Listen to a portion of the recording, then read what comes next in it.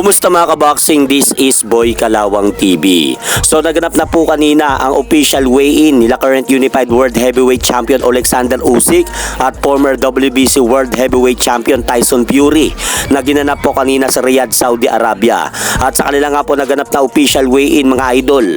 Tumimba nga po itong si Tyson Fury sa timbangan ng 281 pounds habang ang defending champion naman po na si Alexander Usyk ay tumimbang naman po sa timbangan ng 226 pounds. Kaya bahagyang mas mabigat nga po ng 55 pounds itong si Tyson Fury kaysa kay Alexander Usyk. Pero sinabi naman po mga idol ni Alexander Usyk na sa kanila magaganap na rematch ni Tyson Fury ay ganun pa rin po daw ang kalalabasan ng kanilang laban bukas dahil mananalo pa rin po daw siya dito kay Tyson Fury. Habang si Tyson Fury naman po mga idol ay motivated nga po ito at ganadong-ganado na makabawi dito kay Alexander Usyk sa kanilang magaganap na rematch para bukas. Kaya abangan na lang po natin bukas ang kanilang mangyayaring bakbakan sa ibabaw ng ring.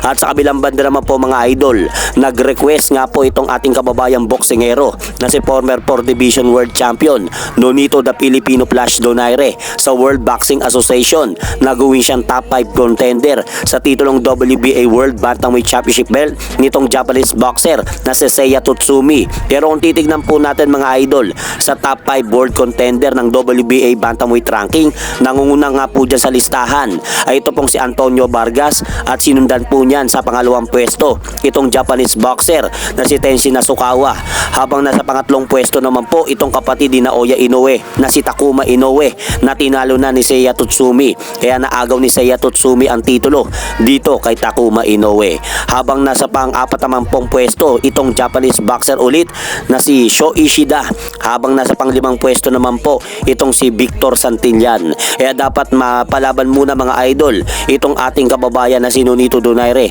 sa limang ito upang gawin siyang number 1 mandatory challenger ng kampiyon ng WBA. Dahil may edad na po sa kasalukuyan itong ating kababayan na si Nonito Donaire na 42 years old. Kaya abangan na lang po natin ang susunod na balita dyan. At sa kabilang balita naman po mga idol, bad news para sa mga solid supporters ng former 3 Division World Champion John Riel Casimero. Dahil kahapon sa bagong latest ranking na inilabas ng WBC Super Bantamweight ranking, bumagsak nga po ang pangalan ni John Riel Casimero na sa dating nasa pang number 7 spot.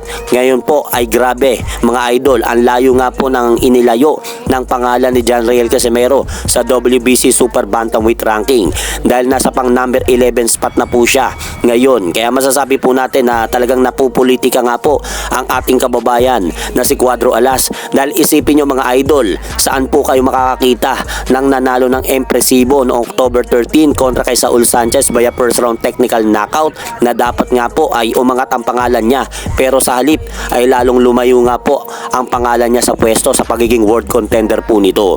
At hanggang dito na lang po muna ang aking update sa mga aganapan sa mundo ng boxing. At syempre mga idol, huwag nyo rin pong kalimutan, pakisuportahan nyo naman po muna ang ating munting channel. Maraming salamat po.